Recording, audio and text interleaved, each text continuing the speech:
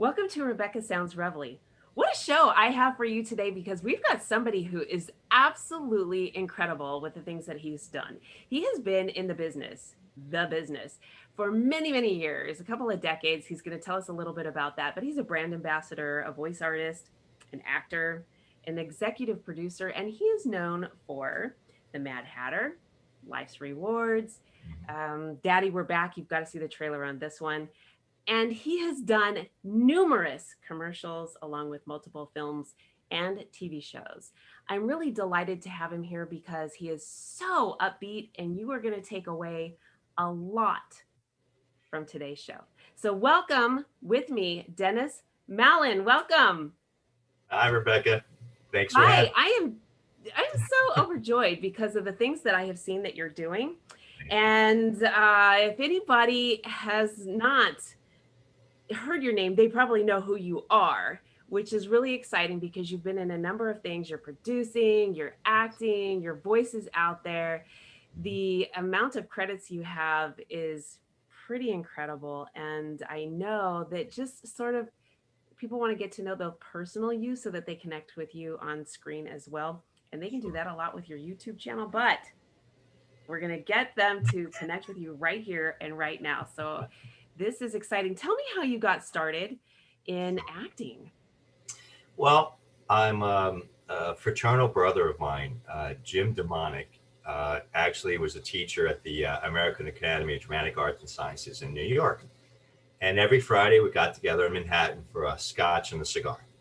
And I'd walk in, I'm a three-piece suit type of guy, and he goes, "Oh my gosh, look at you. You came out of Central Casting. You should do this. You should do that." And after about a month and a half of browbeating me, I'm like, "All right, Jim, what do I need to do? You need to get a headshot. The heck's a headshot? Call this guy." Boom, made the phone call. "Hey, Jim Demonic. Yeah, come on down, Dennis. We're waiting for you." All right, get the headshot. "What now, Jim?" "You need to learn how to read copy." "What the heck's copy?" "Commercials." Boom, made a phone call. "Oh, yeah, Jim said, come on down." And boom, boom, boom. And my first audition was actually with Pat Sweeney, a great casting director in New York. It was for China Airlines. My first audition. I walk in this room 26 years ago. It's me and a bunch of older gentlemen that are follically challenged, okay, Oh, and shorter than me. So I'm like, what am I doing here? I felt out of place. Well, I walk in this room, Pat sat us down, and she goes, "Just talk to the camera. Just talk to me." She goes, "You guys have helped a company from Asia relocate to the States." And I'm looking at her. I'm thinking this is, where's the cameras and stuff? Because I did this literally 6 months prior in my career. I was a technologist. And I'm sitting there going, this is surreal. So I'm talking to her, and I'm Irish, Italian, Brazilian. So I got my hands going. I'm talking to the guys next to me, and it felt so good. So, all right, cut. I walk away, not thinking, hey, got one under my belt. Great audition, feels good. "Hey, Jim, thank you. It felt great." I get a call 2 days later. "Hey, we want to book you for next week, Monday through Thursday. Who's your agent?" Like, "I don't know. Can I call you back?" "Sure." Click. "Jim, what do I do?" "Call this guy." He gave me a guy from CA. So I call this guy from CA. "Oh, yeah, Dennis, Jim Demonic, la, la, la." I go, "They're going to pay me X." "Oh, no, no, no. They're going to pay you a lot more. Let me take care of it." Okay, sounds good. And I'm thinking, what do I tell my full-time job? Now, I was a CEO of a technology company back in the day. So I'm like, I'm going to work from home next week. And I've been on a tear ever since. It just, I've had some ups and downs. I haven't nailed every audition, but what a way to start a career. And it's been fun. And I did some stage. I'll never do stage again because that's scary, and that's real acting, if you would. I don't take anything away from anyone, but that is scary stuff. interesting. Yeah, I was Lenny in Of Mice and Men. I did all of 10 shows. I lost 10 pounds. I was stressed. I was crying. Didn't know what was going on. So 2 o'clock in the morning, I'm on the phone with my mentor, Jim. And I'm like, "Why am I crying?" He goes, "Well, obviously you're a method actor." "Jim, I have no idea what that means, but I quit."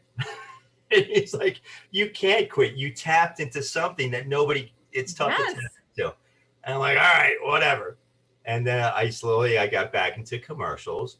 My first feature, my first SAG feature was Devil's Advocate, where I was an extra and I had Mr. Pacino right over my shoulder, Keanu Reeves, Craig T. Nelson, and I just love it. surrounded by royalty. It was so much fun. And I've always learned from Jim and from, just people I've been around, you always have an intention. So if you're starting brand new and you're an extra, even if you're walking through the scene, have an intention. Why are you here? What's on your mind? What's going on? Have something that the director can see and work with, you know, because that's going to carry you through your entire career. And Rebecca, something I've learned early on, whenever I'm on set, it's always an audition for something else, right? Yes, Think of, yes. you never know who's looking. The director might have another project in mind, which he or she always does, or the DP might say, you've got the look for something else. You just never know. That is so And, true. And you know, oftentimes people show up on set that aren't expected to be there. that's correct. That's Hmm. correct. So, you know, if you show up and you're on time, you're early, you're professional, you're not a pain in the butt, you do what you got to do and you come prepared, that's half the battle. I subscribe to a lot of what Pacino does. I read a lot of Tom Hanks. Really American royalty, if you would, and it's all the same thing. If you're on time, you're late. Be prepared, be off book, and bring 10 to 12 different ideas. That's your job, and then the director, he or she will take you wherever they want. So that's what's carried me through. Um, and you have to run it like a business. I've always been an entrepreneur, so I run it like a business. I like what you're sharing because not only is it applicable in entertainment, but you can apply this theory to a number of areas of your life, and it's going to Sure. make you very productive and successful in the long Hmm. run. Hmm. Without a doubt, a lot of my mentors, I've learned early on, habits. You got to have certain habits. Habits and routines really serve you. Are you letting your day get away from you? Or are you getting up at a certain time every day, doing a certain routine every day, reading your goals, reading your affirmations, whatever you need to do to get your day going? I mean, I subscribe to 6 hours of sleep. Good, bad, or indifferent, I get 6 hours of sleep. You're I lucky. bounce, and Rebecca, the first thing that I do is take a cold shower. Okay. Now, there's many trains of thoughts on that. Tony Robbins wakes up, Ed Milet wakes up, bam, cold shower. It also helps from a physiological perspective. And I'm not a doctor, so I'm not going to go from that perspective, but it gets my day started. Bang, I'm wide awake. My goals, my affirmations. I eat oatmeal in the morning. I drink 2 bottles of water. Bang, I'm off to the gym. And then my day starts from there. So, you know, I've always had this discipline and it's always served me. So routines and habits will serve you, but don't let life get away from you. And, I mean, with the pandemic, it's been interesting because I've been busy during the pandemic. I think I've done almost every mask commercial that's out there. And it's just hysterical. As we were saying before the show, people say, there's no work out there, there's nothing going on. I just smile, nod my head, and keep moving, you know? Well, and you've had an opportunity to do a lot of voice acting as well. Yes. Now, Yes. was that more so during the pandemic or kind of an even flow before, after, since, Uh, Even, during? before, during, after, we shot the Mad Hatter pre-pandemic. We shot it in Florida.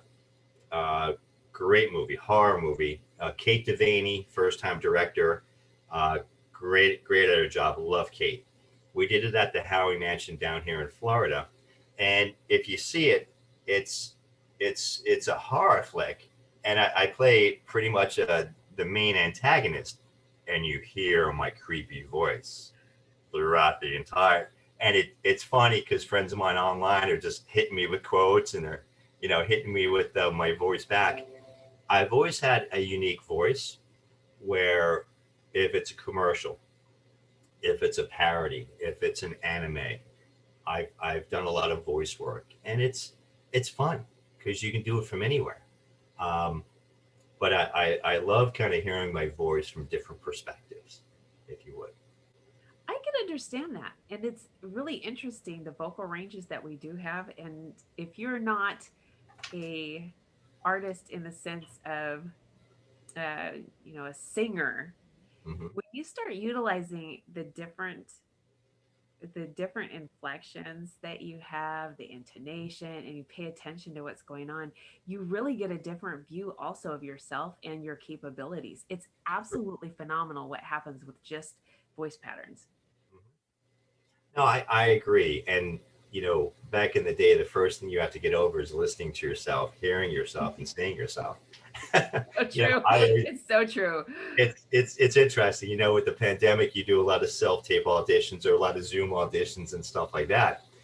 And I'll do one, two, three takes for a self tape, and I'm like, yeah, that's good enough because I'm so critical of myself. I'll drive myself crazy. So that's kind of what I do, and yeah, you gotta. There's so much out there to do. I coach a lot of newer actors and kind of mentor different people, I not love from my that. perspective. And the advice I was given back in the day is get in front of every camera, any camera, as often as you can. No role is too big, no role is too small. Just get out there because, as I said from the onset, you never know what's going to happen.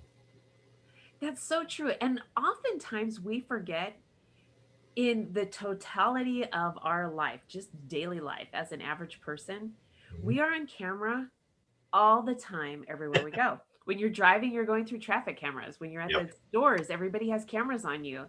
And so, if you kind of get in a frame of mind that this is just kind of the life we live in Hmm. the world that we're in now, where we're just on it all the time, Hmm. it may, if we can keep that at the forefront of our mind, it may help when we're doing a lot of video conferencing or self tapes, um, the Zoom. I know people, this has become probably the biggest um, sense of media Oh in yeah, the last year. Zoom has been, sure. well, that and TikTok, I think, have really taken, those two have really taken off, but they're both video platforms. Hmm. And so I know that people are getting, a little bit more accustomed to it, but I think there's still, like you said, there's like this little apprehension, especially if you're a very self-critical person. You said, okay, I maybe don't like this or I don't like that. But the more you get familiar with it, you just kind of go with certain things and you can Sure. see different parts of your personality coming out. And then you go, oh, you know what?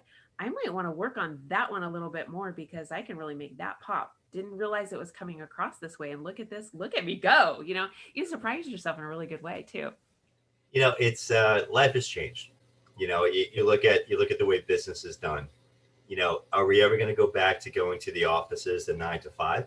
Maybe, maybe not. No. I don't think so, because people have become accustomed to working from home and doing their thing and doing the Zoom meetings and everything else. Now, one could argue, are you more productive? Are you more collaborative? It is what it is. It depends on the individual. I know my daughter does the online schooling, and she's pretty disciplined, and she's getting a 4 point something throughout all that.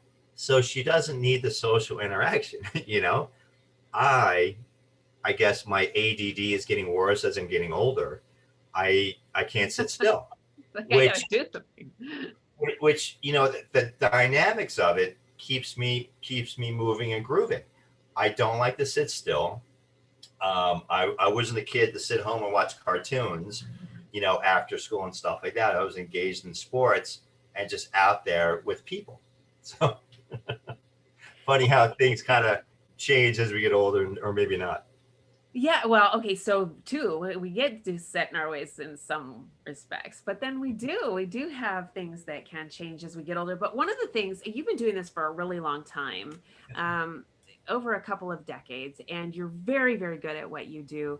I'm wondering, out of all of the things that you have done so far, Uh-huh. is there any one particular film or commercial or TV show that you've done that you found to be the most rewarding? And I've got to tell you, I saw that you guys had a festival not a couple of years ago that Yeah. really was quite awesome.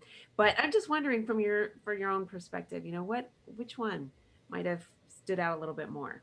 Well, Tom Brady was asked, what Super Bowl win was the best, and he said the current one. You know, Yeah, yeah, I, uh, yeah. I enjoy the productions I'm in. I enjoy the stuff I have in the can.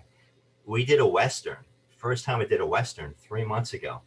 Um, I'm sure you saw my picture. My hair was longer. I had a beard going on. I had to learn how to ride a horse. That was so much fun. And Killer Miller, the dialogue, everything was amazing. I've got great people coming out. I've got the lead in that feature. And that was a blast. That was a comedic movie.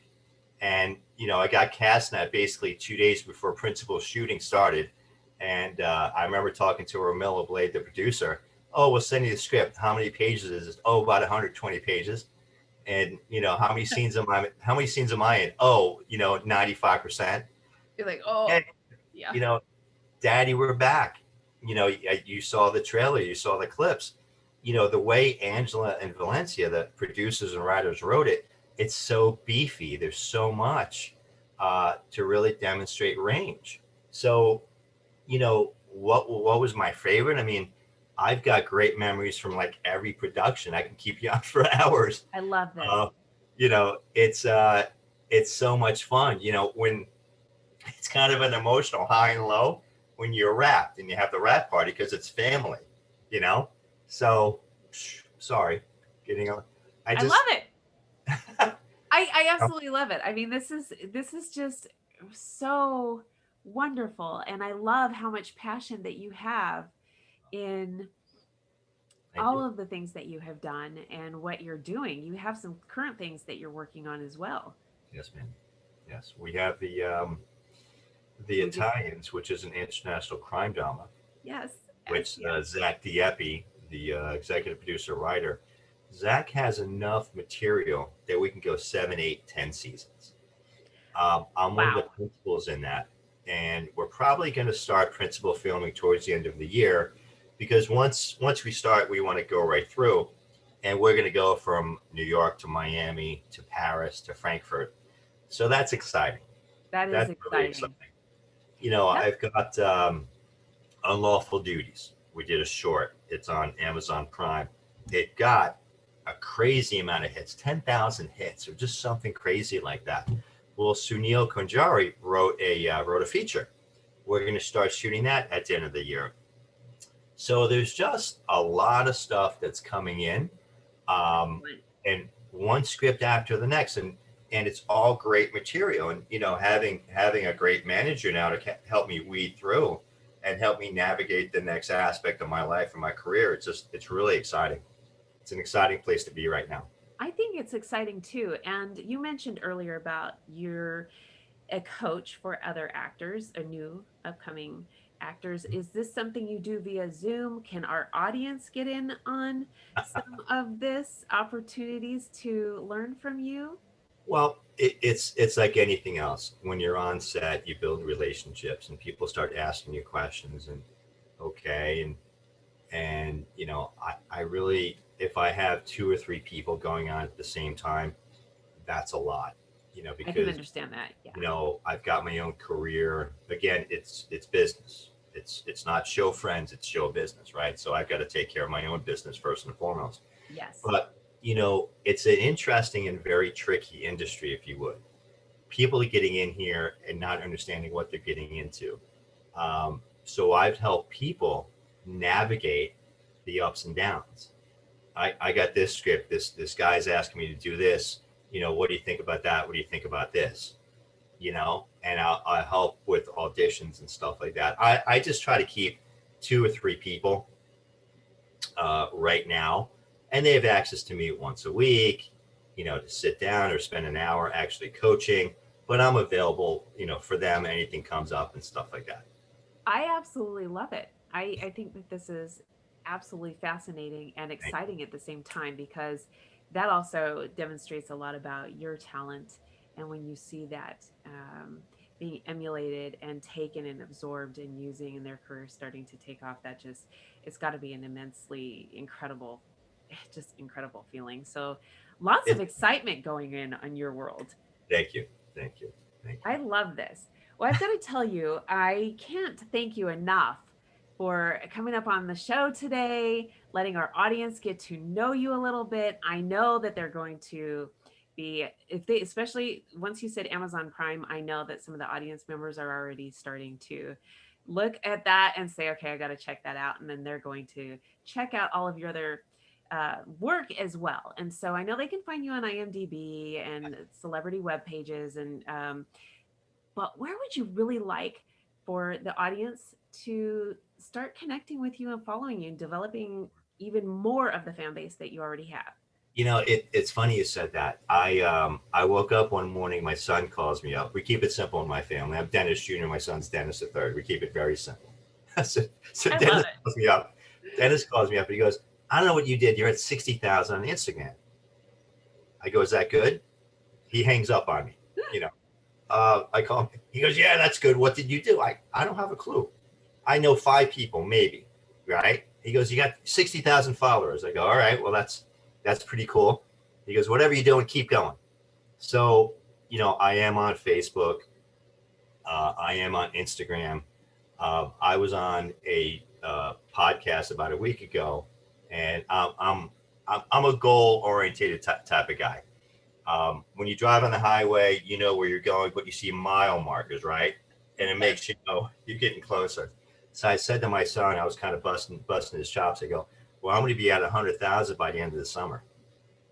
And he goes, really? I go, yeah, I'm putting it out there. So I'm saying that. Please feel free. Dennis Mallen, Mallen. I have a social media manager that thinks she created It's Dennis Mallen. You'll see the Yes, same ugly mug you see here. And, whatever I can do to help anybody out. I mean, you want to get something done, you give it to a busy person. that's And it. I've got a shoot on Friday. We're doing a national commercial, 8 a.m. to 8 p.m. And then we're starting principal production on a feature that Saturday morning. So Wow. I'm talking, I'm talking to my uncle. He was up in New Jersey. He's driving back to Boca Raton. And we were talking about something. He goes, you can't remember anything. I go, I just remember scripts. That's all I do. If I don't have it written down, I can't remember it. He goes, he busted my chops. But I just like to work, Rebecca. I'm blessed to do what I do.